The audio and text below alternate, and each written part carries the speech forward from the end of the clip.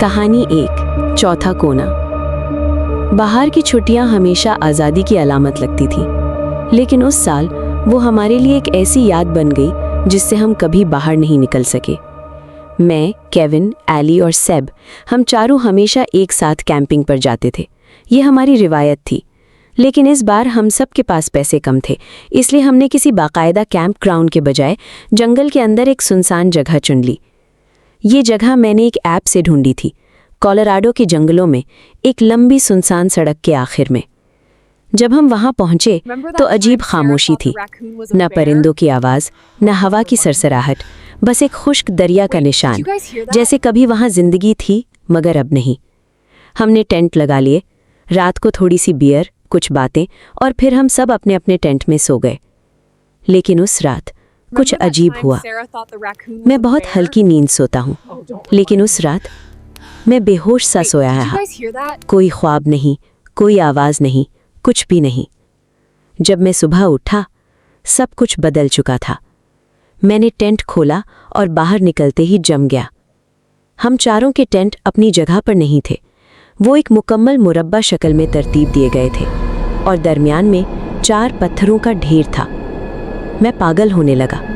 मैंने अपना tent check किया, सब कुछ वैसा ही था। मैंने चीख कर सबको जगाया। जब केविन बाहर आया, उसके चेहरे से ही जाहिर था, वो भी यही देख रहा था। एली और सेब भी बाहर आए और सब एक जैसे सदमे में थे। एली ने कहा, मैंने ख्वाब देखा, मैं चल रही थी, कोई मेरे कदम गिन रहा था।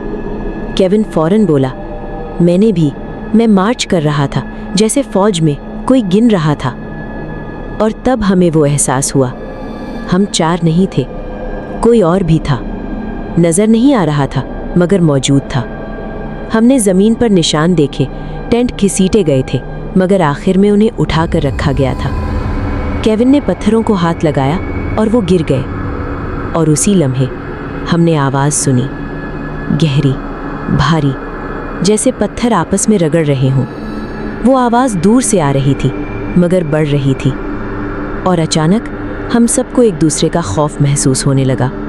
हमने एक लफ्ज़ भी नहीं कहा और फ़ौरन सामान पैक करना शुरू कर दिया। 5 मिनट में हम वहाँ से निकल गए। साल गुजर गए, हम सब अलग हो गए। लेकिन एक दिन केविन का मैसेज आया, क्या तुम्हें भी लगता है वो अब भी गिन रहा है? मैंने जवाब नहीं दिया, क्योंकि कभी कभी रात की खामोशी में मुझे भी लगता है कोई गिन रहा है, और शायद हम कभी 4 थे ही नहीं। कहानी 2 वो आदमी जो चला नहीं। ये पिछले साल की बात है। मैं और मेरी गर्लफ्रेंड कैंडेंस अपने रिश्ते को बेहतर बनाने के लिए जंगल में कैंपिंग पर गए थे। हमने एक जगह मुंतखब की, एक जंगल के अंदर छोटा सा कैंप ग्राउंड, जहाँ बहुत कम लोग आते थे। हम शाम के वक्त पहुँचे, सब कुछ ठीक था। आग जलाई, खाना खाया, सुकून था। फिर वो आया, एक आदमी, अंधेरे के किनारे पर खड़ा। मैं चौंक गया। वो आहिस्ता से बोला, माफ़ करना, डरा दिया क्या? उसका नाम ईडन था। वो कह रहा था कि वो अकेला कैंप कर रहा है, मगर अजीब बात ये थी कि वो हमें ही देख रहा था, ख़ास तौर पर कैंडेंस को। उसकी नज़रें गैर मामूली थीं। वो चला गया मगर अजीब एहसास छोड़ गया। रात को मैं अचानक जाग गया। 2 लोगों की आवाज़ें आ रही थीं हमारी टेंट के करीब। मैं बाहर निकला, आवाज़ें फ़ौरन बंद हो गईं, कोई नज़र नहीं आया। मैं वापस आ गया और सोचा शायद वहम है। अगले दिन हमने एक नोट पाया, अपना टेंट हटा लो।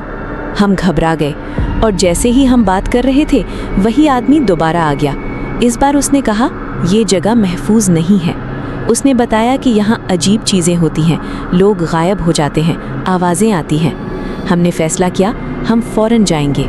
जब हम जा रहे थे, मैंने देखा उसकी गाड़ी का टायर कटा हुआ था। किसी ने जानबूझकर काटा था। वो हमसे मदद मांग रहा था, मगर कैंडेंस डर गई।